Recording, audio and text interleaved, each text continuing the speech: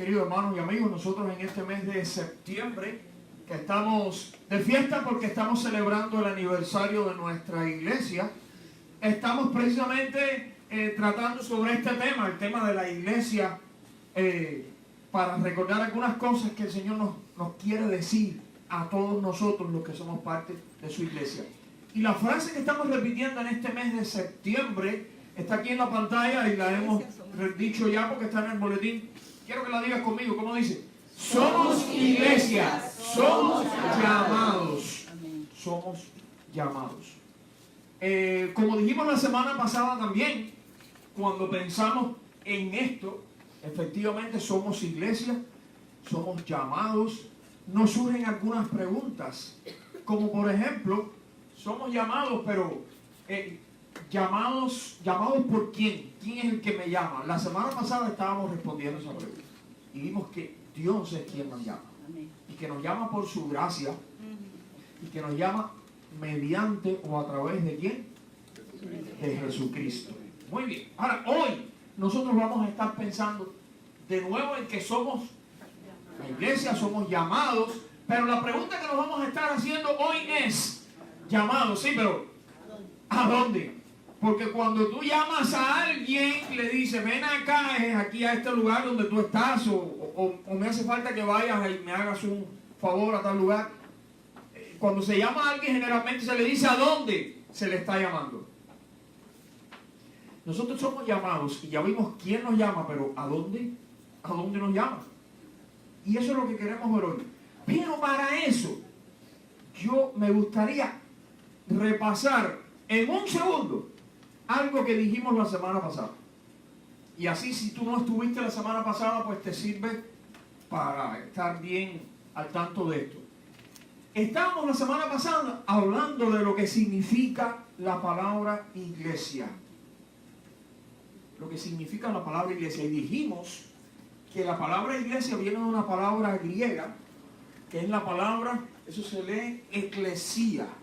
Eclesía. De ahí viene la palabra iglesia, de ahí viene la palabra eclesiástico. Los asuntos relativos a la iglesia son los asuntos eclesiásticos o eclesiales. Vienen en español de la palabra griega eclesía, que es la palabra que nosotros traducimos como iglesia. Pero ¿alguien se acuerda exactamente qué quería decir esa palabra? Llamado afuera. 100 puntos por allá. Significa llamados hacia afuera. Llamados hacia afuera. Eso es lo que significa eclesía, de donde viene nuestra palabra iglesia. Llamados hacia afuera. Por tanto, si decimos que somos la iglesia, estamos diciendo y reconociendo y entendiendo que nosotros hemos sido, ¿qué cosa? Llamados hacia afuera. ¿Hacia afuera? ¿Qué quiere decir esto de hacia afuera? ¿Saben? Yo meditando en esto, la mejor manera que encontré de entender esto es en la misma Biblia. Por cierto, recuerde o aprenda esta regla de interpretación de la Biblia. Se la regalo. En paréntesis. La regla dice así, la Biblia es su mejor intérprete. La Biblia es su mejor intérprete. ¿Qué quiere decir eso? Cuando tú quieres entender una parte de la Biblia que no entiendas, mejor que buscar libros escritos por otras personas, un comentario, un diccionario bíblico, la explicación de fulano de tal, mejor que todo eso, la misma Biblia tiene la mejor explicación de ese pasaje bíblico que tal vez no comprendiste bien. Por tanto, ¿quieres entender las partes que no entiendes? Sigue leyendo. Mientras más leas la Biblia, mejor vas a entender esas partes que antes no entendías. Si queremos entender bien esto de por qué el Señor Jesucristo llamó al grupo de sus seguidores la iglesia, la eclesía, o sea, los llamados afuera, tenemos que mirar en la Biblia a una experiencia que tuvo lugar muchos años antes, cuando el pueblo de Israel recién había salido de la esclavitud en Egipto y se reunieron allá en el desierto al pie del monte ¿qué? Sinaí. Del monte Sinaí. No del hospital de aquí en Miami Beach, sino del monte, de la montaña real física que se llama el monte Sinaí. También se le llamaba Horeb. Y ahí se reunieron ellos al pie del monte. Por cierto, otro paréntesis, acostumbramos a pensar que el pasaje más importante de esa parte del libro del Éxodo es Éxodo capítulo 20, donde Dios le da los 10 mandamientos, ¿verdad? Pero más importante que el 20 es el 19, el anterior, que es donde la gente se reúne al pie del monte y Dios, por medio de Moisés, por supuesto, hace un pacto con la gente. Dios hizo un pacto con el pueblo de Israel. Y eso está en el 19, no en el 20. Lo que pasa es que parte del pacto era que el pueblo iba a obedecer los mandamientos de Dios. Y entonces, a partir del 20, Dios empieza entonces a decir cuáles eran sus mandamientos. Pero ven, es como que tú hagas un contrato con una persona. Esta persona va a venir todos los días a hacer su trabajo de tal hora a tal hora y no sé qué, y le vamos a pagar tanto. Ese es el contrato. Ahora, después tú pones los anexos. El contenido de trabajo de esta persona va a ser abrir estas puertas, limpiar aquí, preparar acá. Pero la parte importante es la primera parte donde hacen este contrato. Dios hizo un pacto con el pueblo de Israel. Y ese pacto de Dios con esta nación era para que esta gente se apartara del resto del mundo. ¿Quiere decir eso que se tenían que quedar ahí en el desierto para toda la vida, apartados de las demás naciones? No, sabemos por la historia que no era eso lo que Dios estaba diciendo. Ellos físicamente iban a seguir viviendo en este planeta, físicamente iban a estar rodeados de gente de otras naciones. El problema no estaba ahí, pero Dios quería que ellos fueran como, a ver si se te ocurre la palabra. Como nómadas. Apartados. No, en algún momento no iban a ser más nómadas. Apartados es una palabra, pero estoy pensando, apartados físicamente no era. Entonces, ¿cuál es la palabra? Era para que ellos fueran ¿qué? No, ellos fueran ejemplos.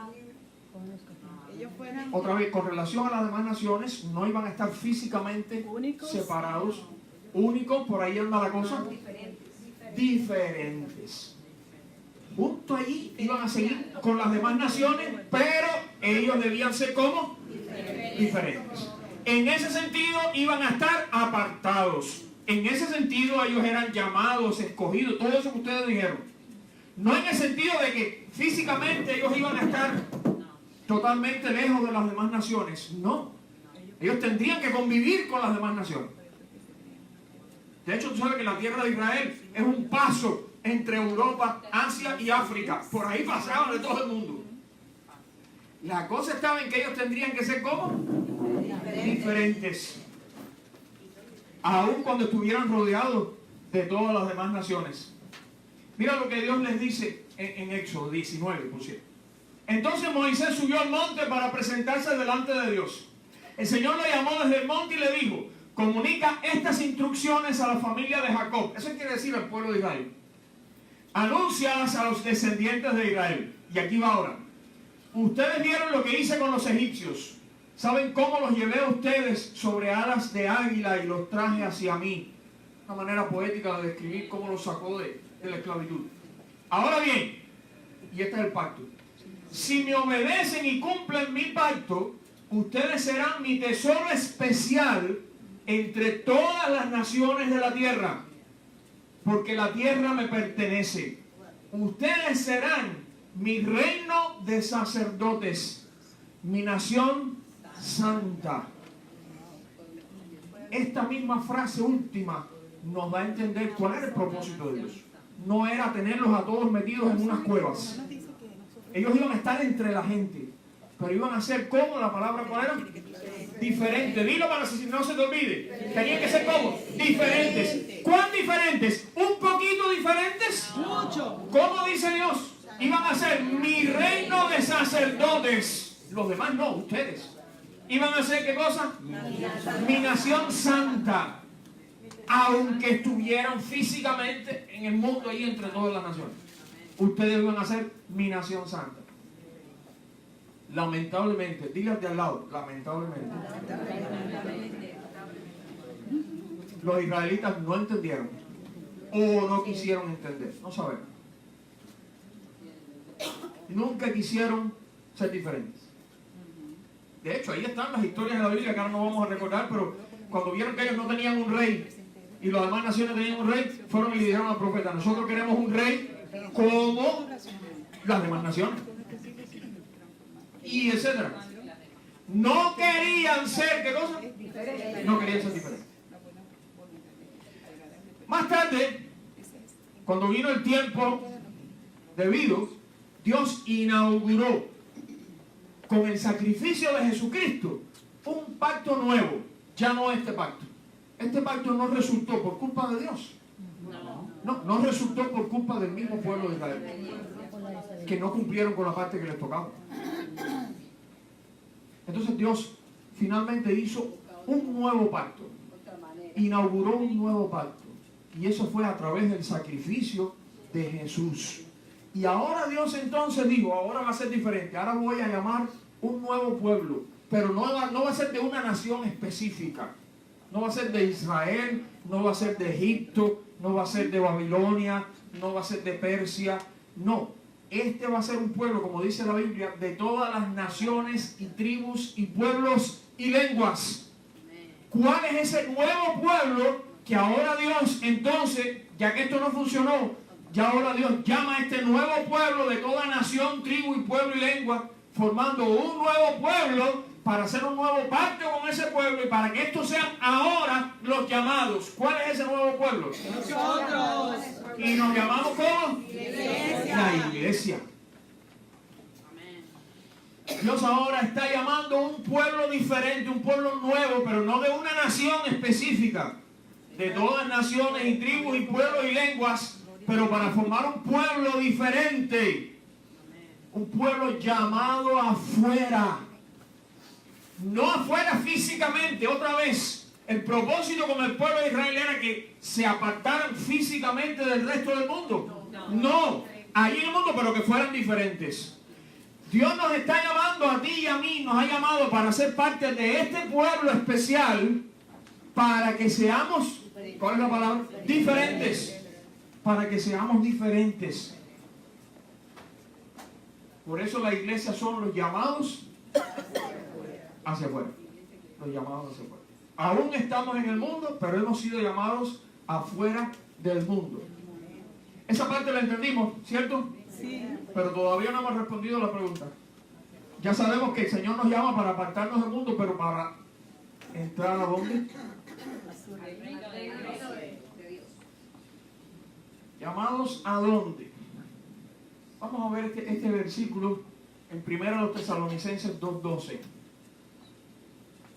que tiene la respuesta. Dice, los exhortamos, dice Pablo, consolamos y animamos a vivir de una manera que honre a Dios. Mira que ahora, quien los invita, la semana pasada dijimos que invitar era la misma palabra que llamar. Quien los invita a entrar en su reino y en su gloriosa presencia. ¿A dónde entonces nos llama Dios? En su reino y su gloriosa presencia. Vamos a resumir entonces la idea principal de hoy de esta manera. Hemos sido llamados por Dios. Esa parte la dijimos la semana pasada, pero ahora estamos agregando aquí.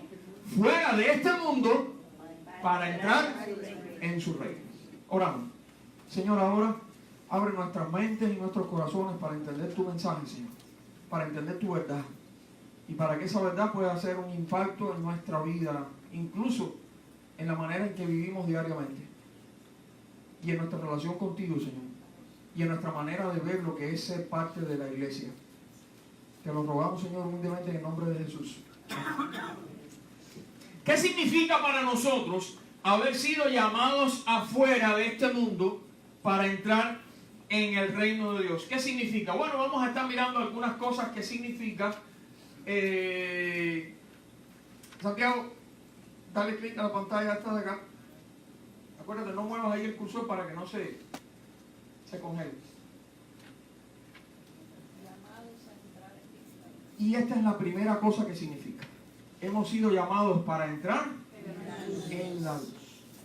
Cuando estábamos en este mundo, que no estábamos en la iglesia de Cristo, pertenecíamos a otro reino. ¿Cuál era ese otro reino? Era el reino o potestad de las tinieblas. Así le llama la Biblia. ¿Y qué éramos ahí cuando estábamos allí en ese reino? Era el reino de la oscuridad, era el reino de las tinieblas. Y nosotros, ¿qué éramos allí? Éramos tinieblas. Eso mismo. No lo estoy inventando yo, mira lo dice la Biblia. Dice, en otro tiempo ustedes eran tinieblas. No es que estábamos en las tinieblas allí. No, es que éramos tinieblas. Así vive este mundo. Este mundo sigue viviendo así. En oscuridad y rechazando la luz, por cierto. Rechazando la luz. Dice en Juan 3:19, la gente amó más la oscuridad que la luz, aunque parezca increíble. Pero dice ¿por qué? Dice porque sus acciones eran malvadas. Pero un día, como dice el Evangelio de Juan, la luz vino al mundo. ¿Quién fue esa luz que vino al mundo? Jesucristo. Fíjate que Jesucristo dijo, otra vez Jesús les habló diciendo, yo soy la luz del mundo. El que me sigue no andará en tinieblas, sino que tendrá la luz de la vida. Así que vino Jesucristo, que era la luz del mundo, para que entonces nosotros ya no estuviéramos en tinieblas, sino que pudiéramos entrar en la luz de Dios. Por cierto, otra cosa que les voy a regalar. Busque en su casa hay maneras, hay libros, o si no, si usted tiene la aplicación de la Biblia en una computadora o en el teléfono, busque donde aparece ahí para buscar, usando una palabra, buscar versículos y así. Busque los versículos, sobre todo en el Nuevo Testamento, que tengan que ver con la palabra luz o con la palabra tinieblas. Y usted va a ver, se va a sorprender cuántos y cuántos versículos en el Nuevo Testamento hablan de ese contraste de la luz y las tinieblas. La luz y las tinieblas. Pero no se fije solo la palabra luz y la palabra tinieblas. Fíjense lo que dice el pasaje. Porque hay otros libros aparte de la Biblia que también hablan de la luz y de las tinieblas. Pero hay que ver lo que dice Dios acerca de eso. No es lo que diga yo, o lo que diga Paulo Coelho, o lo que diga cualquiera. ¿Qué dice Dios de la luz y las tinieblas? Y lo principal es esto. Jesús dijo que él era ¿qué cosa? La luz. Y que había venido para que la gente entonces no anduviera más en tinieblas, sino que entraran en la luz de la vida. Dice, yo he venido, esto dijo Jesús, a brillar como luz en la oscuridad del mundo, para que los que depositen su fe en mí dejen de andar en oscuridad. Gloria a Dios. Un día Él nos llamó a salir del reino de las tinieblas para entrar entonces en su maravillosa luz. Dice este pasaje de Primera de Pedro 2:9 que yo sé que muchos conocen. ¿Quieren leerlo conmigo? Mas vosotros sois linaje escogido, real sacerdocio, nación santa, pueblo adquirido por Dios, para que anunciéis las virtudes de aquel que os llamó de las tinieblas a su luz admirable. Por cierto, Pedro aquí está usando las mismas frases, las mismas ideas muy parecidas a las del pacto de Dios en el monte Sinaí con el pueblo de Israel. ¿Te acuerdas que lo leímos en Éxodo 19? Cuando Dios dijo, ustedes van a ser una nación santa, y van a ser un reino de sacerdotes. Y ahora Pedro, que sabe que Dios está levantando un pueblo nuevo, diferente, le dice a la iglesia, ustedes son linaje escogido, real sacerdocio, nación santa. Ustedes son ese pueblo que Dios ahora está adquiriendo, está formando. ¿Para qué? Para que anunciéis las virtudes de ese que los llamó un día a salir de las tinieblas para entrar a su luz admirable. Dice Colosenses, Él nos rescató. Léelo conmigo, bien fácil y tremendo. Él nos rescató del reino de la oscuridad y nos trasladó al reino de su Hijo amado. Amén, gloria al Señor. Si tú eres cristiano, si tú tienes a Cristo, si tú has experimentado la salvación en Cristo, no si te gusta la iglesia, si tú tienes a Cristo en tu corazón, esto ya se cumplió en tu vida. Ya Él te rescató del reino de la oscuridad y ya Él te trasladó, no es que te va a trasladar, ya te trasladó. ¿A dónde? Al reino de su Hijo amado. Así empezó a formar un nuevo pueblo, el pueblo que viviera en su luz. Y ese pueblo, como dijimos al principio, es la iglesia. Ahora somos la luz y debemos vivir, como dice la Biblia, como hijos de luz. Eso es una manera típicamente hebrea. Cuando te dice hijos de tal cosa, quiere decir vivir de una manera que tu vida se caracterice por eso.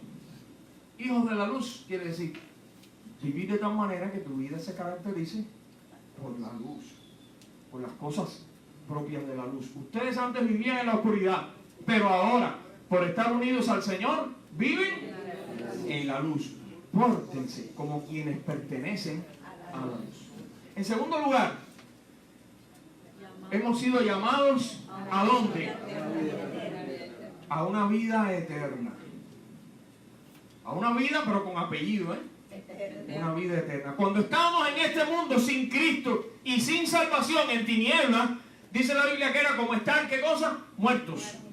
Muertos. Pero vino Jesucristo, que es la vida, y a través de su sacrificio redentor nos llamó a salir de la muerte y a entrar en la vida. Mira este pasaje que él dijo: de cierto os digo, el que oye mi palabra y cree al que me envió, tiene ¿qué cosa? Vida eterna. Y no vendrá ¿a qué? Mas ha pasado de muerte a vida. ¿Ya pasó eso contigo? ¿Ya pasó eso en tu vida? Ya tú pasaste ya, como el que pasa por un puente, de muerte a vida. Ahora ese ese puente es Jesucristo mismo. Porque él dijo: yo soy el camino. Nadie viene al Padre sino por mí. Él es el camino para salir de la muerte y entrar en la vida. Esa vida a la que Él nos llamó es una vida diferente. De hecho, dice que es una vida con el apellido eterna. Y el Señor Jesús nos llamó a esa vida. Dice aquí en Colosenses: antes, repite antes, ustedes estaban muertos, pues eran pecadores y no formaban parte del pueblo de Dios. Pero ahora, repite ahora, Dios les ha dado vida junto con Cristo y les ha perdonado todos sus pecados. Y dice Pablo a Timoteo: aférrate a la vida eterna a la que Dios te llama. Así que el Señor nos llamó, como vimos primero, para entrar en su luz, pero también para entrar en la vida eterna, en la vida eterna. Esa vida que es eterna no empieza cuando nos curamos y entremos allá. No. Esa vida eterna empieza aquí ahora. ¿Cuándo? El día que tú aceptas a Jesucristo como tu Salvador, que tú recibes a Jesucristo en tu corazón, empieza ahí. ¿Y cuándo se termina?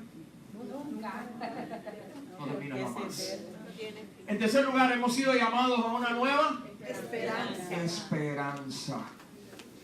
Aquí tenemos esperanza chonillo, pero no es de esa esperanza de la que estamos hablando. Es de este tipo de esperanza. Otras veces lo hemos dicho, pero cuando la Biblia se refiere a esperanza, se refiere a algo seguro y firme.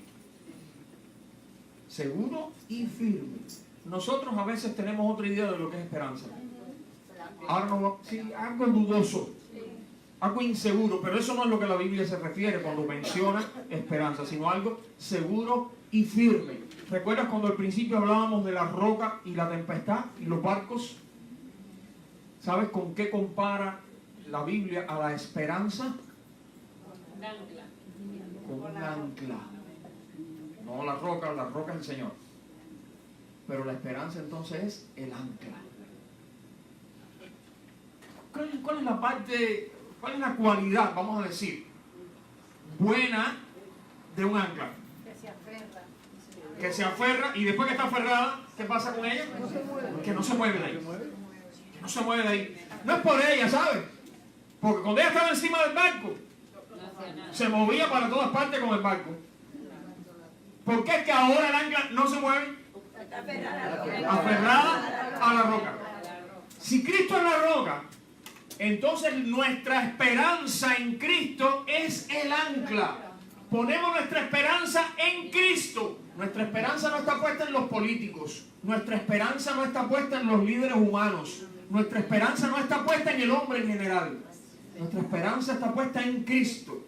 Si está puesta en Cristo como un ancla ahí aferrada a la roca, no se va a mover. Y entonces es segura y firme. Pero tiene que estar ahí. Nosotros hemos sido llamados a esa esperanza.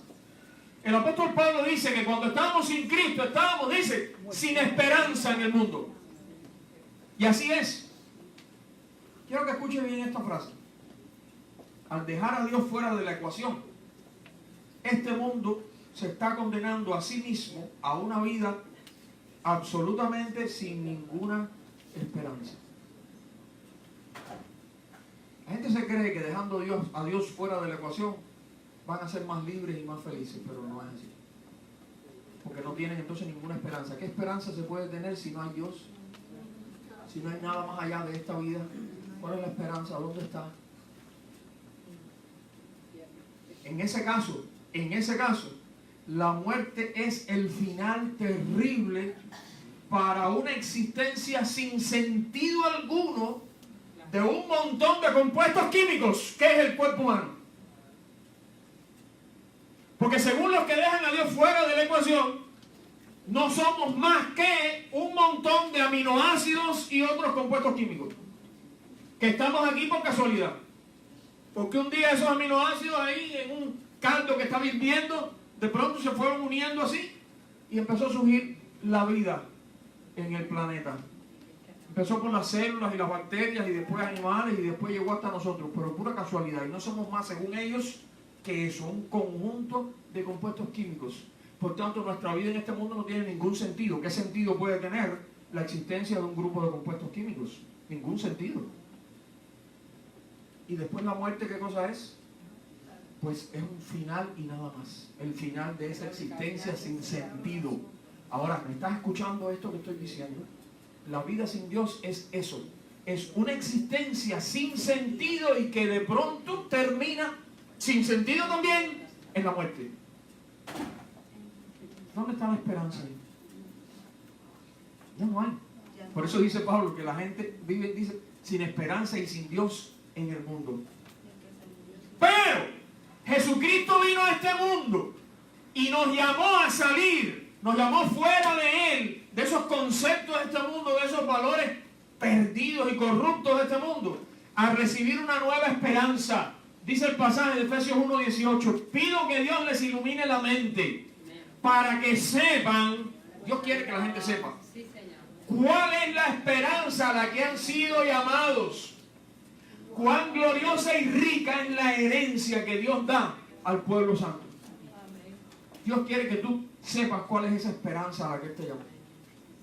¿Ya sabes tú cuál es la esperanza a la que Dios te llamó?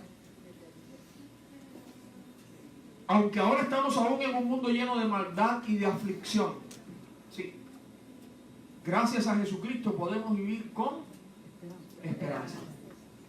Hay una herencia maravillosa que nos espera y que nadie nos podrá arrebatar. No encuentro una manera mejor de decirlo que como lo dijo el apóstol Pedro. Bendito sea Dios, Padre de nuestro Señor Jesucristo, que según su gran misericordia y por la resurrección de Jesucristo de la muerte, nos ha hecho nacer de nuevo para una esperanza viva, a una herencia que no puede destruirse, ni mancharse, ni marchitarse, reservada para ustedes en el cielo. Porque gracias a la fe, el poder de Dios los protege para que alcancen la salvación dispuesta a revelarse el último día. Por el sacrificio y la resurrección de Cristo, fuimos llamados a una nueva esperanza. Una esperanza viva. Una esperanza que me encanta, como dice ahí, a una herencia que no puede destruirse, ni mancharse, ni marchitarse. En cuarto lugar, todo esto significa también que hemos sido llamados a disfrutar de la paz. Por supuesto que si tenemos esperanza en medio de un mundo tan convulso, podemos entonces saber lo que es la paz. Este mundo, en la muerte del pecado, en tinieblas y sin ninguna esperanza, no conoce la paz. No lo puede conocer. Probablemente la paz sea una de las cosas más deseadas en este mundo, pero menos disfrutadas.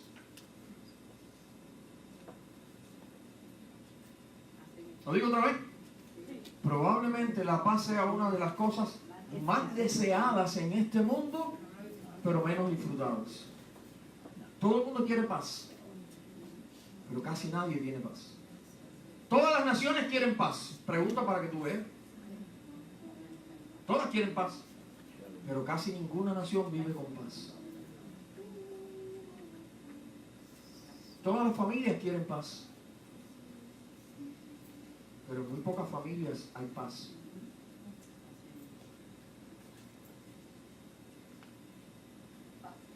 Tú sabes que los israelitas, los hebreos, los judíos acostumbraban, y supongo que todavía lo hacen, pero ese no es mi punto, a saludarse cuando llegaban y a despedirse también, deseándose ¿qué cosa?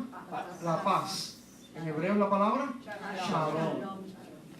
Esa es la manera hebrea de saludarse al llegar y también para despedirse. Pero Shabbat Shalom es la paz del sábado. Ahora no estamos hablando del sábado, estamos hablando del lunes, martes, miércoles, jueves, viernes, de cualquier día. Ok. Pero hay un pasaje en la Biblia que hasta ayer yo no había entendido bien. Pero pensando en esto, me di cuenta por qué Jesús dijo lo que dijo. No, no es revelación, es sencillamente entender lo que ya estaba revelado ahí en la palabra. Juan 14, 27. Jesús dijo esto cuando se estaba despidiendo, repita despidiendo, de sus amigos, de sus discípulos. Les dijo esto: les dejo la paz, les doy mi paz. Ayer fue que yo terminé, allá vamos, que yo entendí completamente esto porque me di cuenta que es que la costumbre entre ellos, al despedirse en este caso, es desearse la paz. ¿Sí? Y Jesús les está diciendo: ok, yo me estoy despidiendo. Ok, yo les deseo la paz. Les doy mi paz. Pero no se la doy como la dan los que son del mundo. ¿Cómo la dan los que son del mundo? Vamos a pensar en los judíos en aquel tiempo, que es con lo que Jesús está hablando, es el contexto en el que Jesús está hablando. ¿Cómo la daban ellos? ¿Se iban a despedir? ¿Qué decían? Shalom. Ah, sí, me fui y ya. ¿Y aquello se quedó en qué? En una palabra que se la llevó el viento. Sí, un rito, una costumbre, un algo allí, nada más. Nada más, repite nada más. Nada más. Ahora, ¿así es como Jesús se está despidiendo? No. Él quiere que veamos que hay una diferencia. Porque Él nos está diciendo una palabrita y ya, y dando media vuelta. Él dice, vamos a leerlo otra vez: les dejo la paz, les doy mi paz, pero no se la doy como la dan los que son del mundo. No se angustien ni tengan miedo. Sí, Jesús está yendo más allá, está diciendo: sí, yo quiero que de verdad tengan paz, y que a pesar de lo que va a pasar, acuérdense que venía la cruz, no se angustien ni tengan miedo. Y dice más adelante, en el mismo grupo de capítulos allí, dice: les he dicho todo esto para que unidos a mí encuentren paz. En el mundo tendrán sufrimientos, pero ánimo, yo he vencido al mundo. Entonces cuando en el mundo la paz busca a Él. Claro, Él es el que nos da la paz. En otras palabras, Jesús está diciendo: yo no te digo paz y ya como una cosa ahí ritual, de costumbre. Yo te estoy dando mi paz. Yo la tengo y tengo para darte. Yo tengo para darte. No solo para decirte, sino para darte. Como el shalom habitual, como que desea paz y se va. Y se va, como diciendo: encuentra la paz si puedes. Ojalá la encuentres. Ojalá la encuentres. Jesús no dice ojalá la encuentres, no, te dice: tómala que te la estoy dando. ¿No es diferente eso? Sí. Ay, me viene a la mente ahora esta comparación que la Biblia dice, otra vez otro paréntesis. No le digas a una persona que tiene necesidad: ojalá encuentres comida, abrigo y todo lo necesario y vete. La Biblia dice: no le digas así, porque eso de qué le sirve. Si tienes en tu mano que darle. Entonces no le digas ojalá encuentres, pues dile: mira, tengo esto para ti. A lo mejor otra cosa no tengo, pero esto tengo. Toma. Y Jesús está haciendo eso. Jesús no está diciendo palabras vanas. Ojalá encuentren la paz. Jesús está diciendo, ¿saben qué? Yo tengo paz. Yo les doy mi paz. Y si ustedes quieren encontrar paz, la van a encontrar, como dicen, unidos a mí. El haber sido llamados a entrar en el reino de Dios también significa que hemos sido llamados a encontrar su paz. Dice la Biblia en Colosenses, y que la paz que viene de Cristo gobierne sus corazones. Pues, como miembros de un mismo cuerpo, ¿cuál es ese cuerpo? La iglesia. Como miembros de un mismo cuerpo, ustedes son llamados a vivir en paz. Lo que no podemos olvidar es que si podemos disfrutar esa paz, es gracias a quién? A Cristo y a lo que Él hizo por nosotros. Como dice Romanos 5.1, Dios nos ha aceptado porque confiamos en Él. Esto lo hizo posible nuestro Señor Jesucristo. Por eso, ahora vivimos en paz con Dios. Y finalmente, hemos sido llamados a vivir en la presencia de Dios. Otra vez, ¿qué quería decir la palabra iglesia? Llamados hacia afuera. Fuera de este mundo en tinieblas, fuera de este mundo en muerte, fuera de este mundo sin esperanza, fuera de este mundo sin paz, para entrar en el reino de Dios. Y lo más maravilloso es que dice la Biblia que hemos sido llamados a compartir su gloria. La mismísima gloria de Dios. No como algo que ahora de pronto va a ser la gloria mía. No. Es la gloria de Dios. Pero que estamos nosotros disfrutando y podemos compartir. Mira lo que dice este pasaje. Dios, de quien procede toda gracia, los ha llamado en Cristo para que compartan su gloria eterna. ¡Wow! Es tan tremendo esto que yo dediqué un tiempito más esta semana a ver qué quiere decir la Biblia cuando dice que Dios nos ha llamado para su gloria. ¿Qué quiere decir eso? Hay algunas personas que a través de los años han aprendido y repiten que cuando decimos la gloria es como decir un lugar. ¿Ves? Y vamos a estar en la gloria, como que es un lugar a donde... No, la gloria no es un lugar.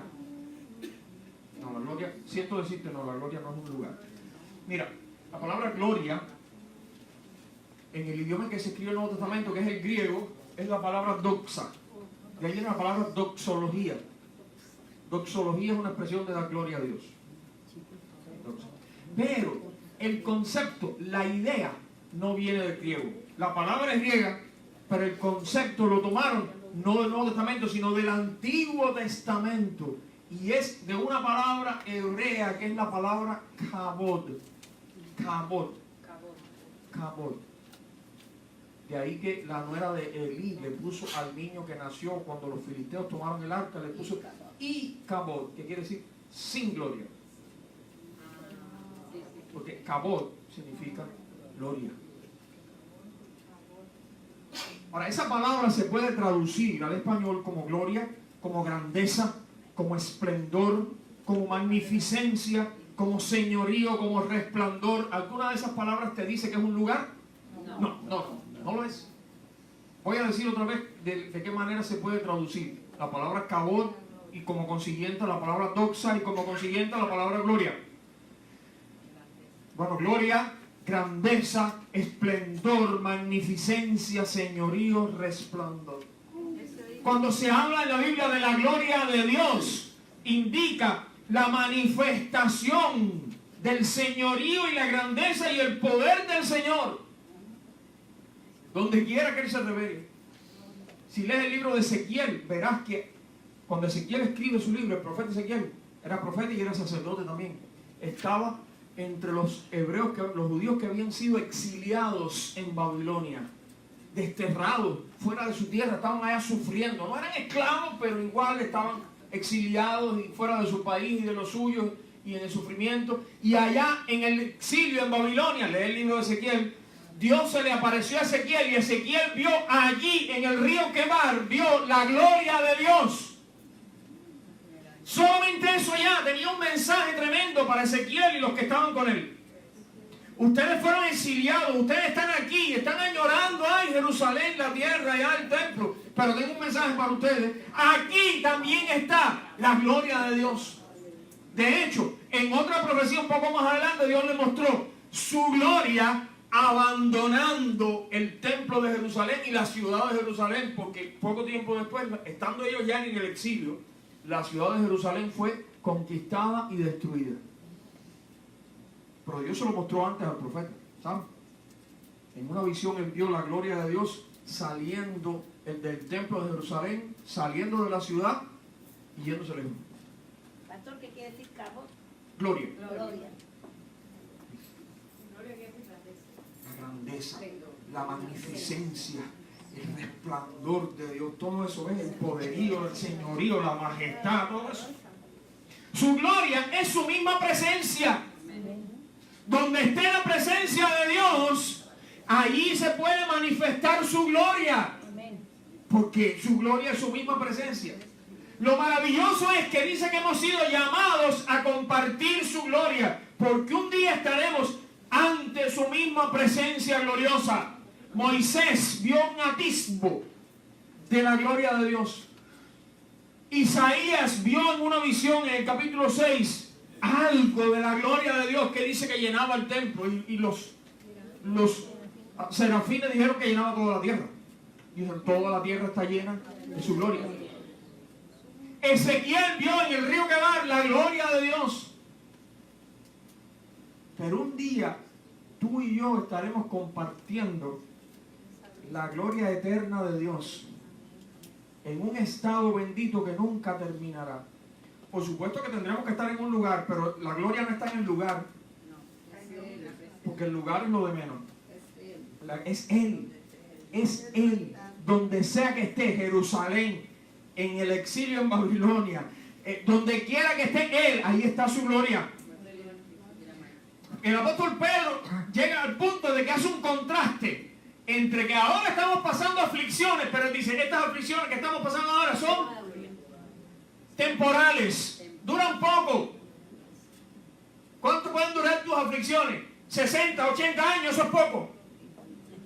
Porque un día, dice Pedro, estaremos disfrutando de la gloria eterna. ¿Hay diferencia ahí? ¿Es lo mismo 80 años que eternidad? No, para nada. Dice Romanos 8:18, dice Pablo también. Estimo que los sufrimientos de la vida presente no se pueden comparar con la gloria que nos espera y que ha de manifestarse. Concluyendo, mis hermanos, mire, esto fue lo que vimos la semana pasada, pero yo no quiero que lo olvides. No digas, bueno, eso fue la semana pasada. Me acuerdo cuando Melanie empezaba en la escuela así con las matemáticas, yo le decía, Melanie, el secreto de las matemáticas es que lo que te den en este curso, cuando termine el curso, tú no digas, ah, ya terminé el curso, ya me puedo olvidar de eso. Los adultos sabemos que las matemáticas no funcionan así. Lo que te dan en este curso, en el curso que viene, tú lo vas a necesitar. Lo más lindo que el idioma se puede aprender, pero la matemática en inglés, en francés, en todos lados, es la misma. Es la misma. Y lo que tú aprendiste ahora, mañana te va a hacer falta cuando aprendas otra cosa nueva y así, porque no la puedes desechar. Bueno, esto es como la matemática, ¿ok? Eso sí, No es matemática, pero funciona igual. Lo vimos la semana pasada, pero no diga, ah, eso fue la semana pasada. No fue la semana pasada, pero esto es para toda la vida. Esto fue lo que aprendimos. Hemos sido llamados por Dios, por su gracia, mediante Jesucristo. Pero hoy aprendimos esto. Hemos sido llamados por Dios fuera de este mundo para entrar en su reino. Y eso significa que hemos sido llamados a la luz, a una vida eterna, a una nueva esperanza, a la paz y a vivir en la misma presencia de Dios. Por eso le damos gloria a Dios, porque somos iglesia, somos llamados a todas esas cosas que se pueden resumir a entrar al reino de Dios, pero con todas estas cosas que dijimos, la vida, la paz, la luz, la esperanza, la presencia de Dios.